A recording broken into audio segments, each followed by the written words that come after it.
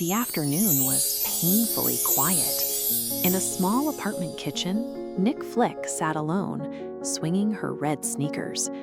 Today was her 9th birthday, and her only company was a single slice of frosted cake. Upstairs, her sister Boss sat cross-legged on the floor, focusing entirely on the pink ribbon she was tying around a gift.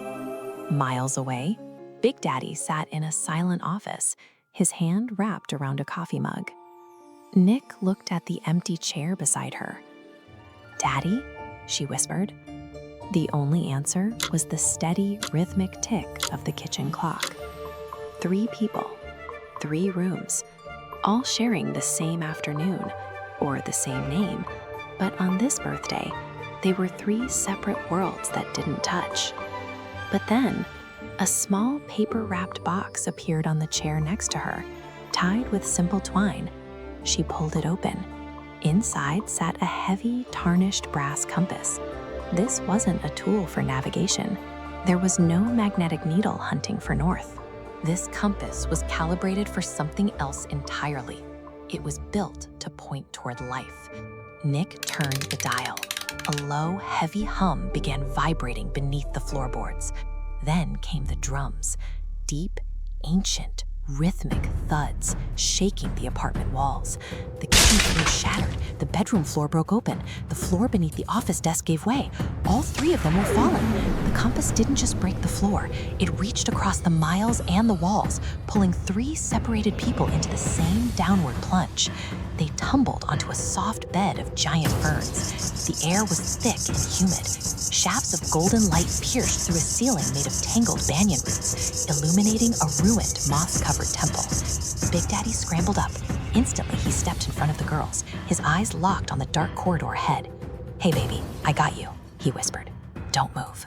Blocking their path were massive carnivorous orchids.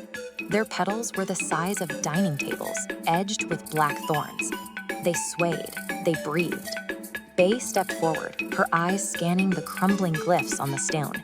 She was doing frantic math in her head, trying to find a sequence, a pattern, a logical way through. She took a step, a whip crack echoed. An orchid fired black thorn darts, and Big Daddy had to yank Bae backward by her hoodie just as the darts slammed into the stone where she'd been standing. Bae was breathing hard, staring at the thorns. Her logic was perfect, but the jungle doesn't follow a grid. Her calculations ended exactly where the darts hit the stone. Nik Flick wasn't looking at the math. She was looking at the floor. A swarm of tiny, glowing green leafcutter ants was pouring from a crack in the stone. The ants began to organize. Shifting and pulsing, they assembled themselves into a single command on the stone. A boy dropped silently from the canopy, landing soft as a leaf.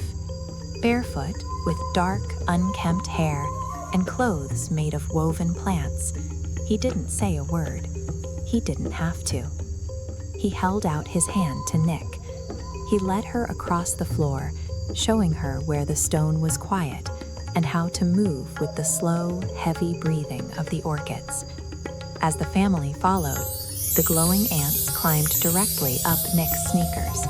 They settled onto her backpack like a cluster of tiny, pulsing green stars.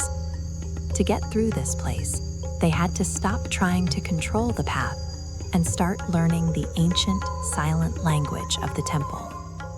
Then, the temple groaned. A massive tremor shook the walls, and the stone floor began to crack.